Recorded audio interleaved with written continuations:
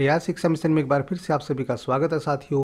आज की इस वीडियो में हम लोग डिस्कस करेंगे बिहार में एक प्राइमरी टीचर की सैलरी कैलकुलेशन क्या होगी। सबसे पहले हम लोग डिस्कस करेंगे उन प्राइमरी टीचर की सैलरी कैलकुलेशन जिनकी नियुक्ति का स्थान होगा पटना निगम क्षेत्र। पटना निगम क्षेत्र में एक प्राइमरी टीचर की पोस्ट पर ज्वाइन करने पर जो बेसिक सैलरी मिलेगी नई रिक्रूटमेंट के अनुसार वो 25,000 रुपये मिलेगी और इस बेसिक सैलरी पर हर साल 3% के रेट से इंक्रीमेंट मिलेगा। इसके बाद बारी आती है महंगाई भत्ता यानी डियरनेस अलाउंस की। महंगाई भत्ते का जो रेट होता है साथियों वो फिक्स नहीं होता है, वो हर 6 महीने में चेंज हो जाता है। 1 जनवरी 2023 से लेकर 30 जून 2023 तक जो हमारा महंगाई भत्ते का रेट था वो 42% था बेसिक सैलरी का, लेकिन 1 जुलाई 2023 से जो हमारा महंगाई भत्ते का रेट होने वाला है वो 46% होने वाला है बेसिक सैलरी का, जो हमारा हो जाएगा 11,500 रुपये। सैलरी का जो तीसरा कंपोनेंट हमारा साथियों वो है मकान किराया भत्ता, जिसका रेट पटना निगम क्षेत्र के अंदर 16% है बेसिक सैलरी का, जो हमारा हो जाएगा 4,000 रुपये। इसके बाद बारी आएगी चिकित्सा भत्ता यानी मेडिकल अलाउंस की,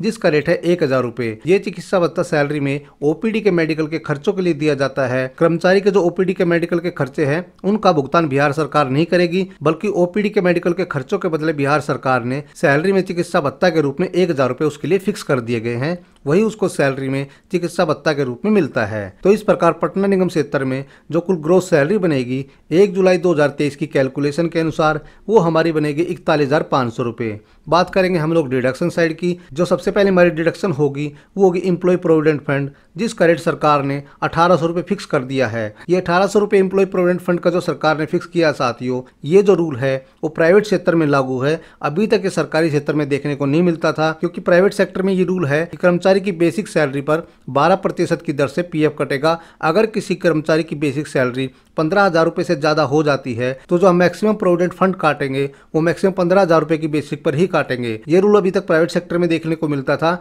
सरकारी क्षेत्र में ये रूल नहीं है। दूसरा, जो सरकारी क्षेत्र में ज्यादातर आपको एनपीएस देखने को मिलता है, लेकिन यहाँ पर सरकार ईपीएफ लेके आई है, क्योंकि यदि यहाँ पर सरकार एनपीएस लेके आती तो इसमें सरकार का ज्यादा नुकसान होता, क्योंकि जो एनपीएस का रेट है साथियों वो 10% है बेसिक प्लस डीए का। इसके अलावा सरकार को भी 14% बेसिक प्लस डीए का कर्मचारी के एनपीएस अकाउंट में जमा कराना पड़ता है। तो इस प्रकार सरकार ने अपना खर्चा बचाने के लिए यहाँ पर ईपीएफ को लागू कर दिया है।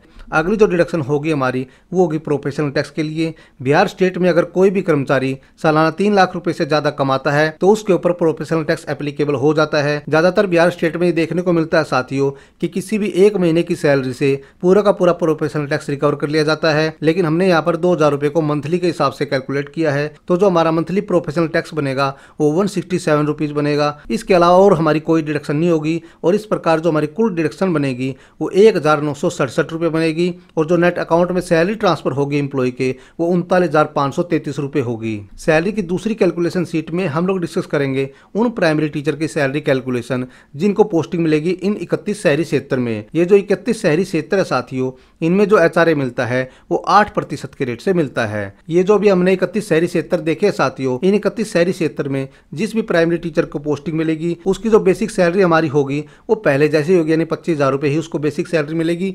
डीए का रेट भी हमारा पहले जैसे रहेगा, 46% रहेगा बेसिक सैलरी का, जो हमारा हो जाएगा 11,500 रुपये। लेकिन हमारा यहाँ पर मकान किराया भत्ता हो जाएगा 8% के रेट से 2,000 रुपये, और चिकित्सा भत्ता हमारा पहले जैसे रहेगा, और ग्रोस सैलरी हमारी बनेगी 39,500 रुपये। डिडक्शन की बात करें तो डिडक्शन साइड में हमारा कुछ भी चेंज नहीं होगा, वही हमारी डिडक्शन होगी 1,967 रुपये, और जो नेट अकाउंट में सैलरी ट्रांसफर होगी वो 37,533 रुपये होगी। सैलरी की तीसरी कैलकुलेशन सीट में हम लोग डिस्कस करेंगे उन प्राइमरी टीचर की सैलरी जिनको पोस्टिंग मिलेगी इन 8 नगर निगम क्षेत्र में। ये जो 8 नगर निगम क्षेत्र है साथियों, इनमें ज्वाइन करने पर जो कर्मचारी को मकान किराया भत्ता मिलेगा वो 6% के रेट से मिलेगा। प्राइमरी टीचर की पोस्ट पर 8 नगर निगम क्षेत्र में ज्वाइन करने पर जो बेसिक सैलरी मिलेगी वो 25,000 रुपये मिलेगी। डी हमारा हो जाएगा 46% के रेट से 11,500 रुपये, लेकिन मकान किराया भत्ता हमारा हो जाएगा यहाँ पर 6%, जो हमारा होगा 1,500 रुपये। चिकित्सा भत्ता में कोई भी चेंज नहीं होगा, जो हमारी ग्रोस सैलरी बनेगी वो 39,000 रुपये बनेगी। डिडक्शन हमारी पहले जैसे रहेगी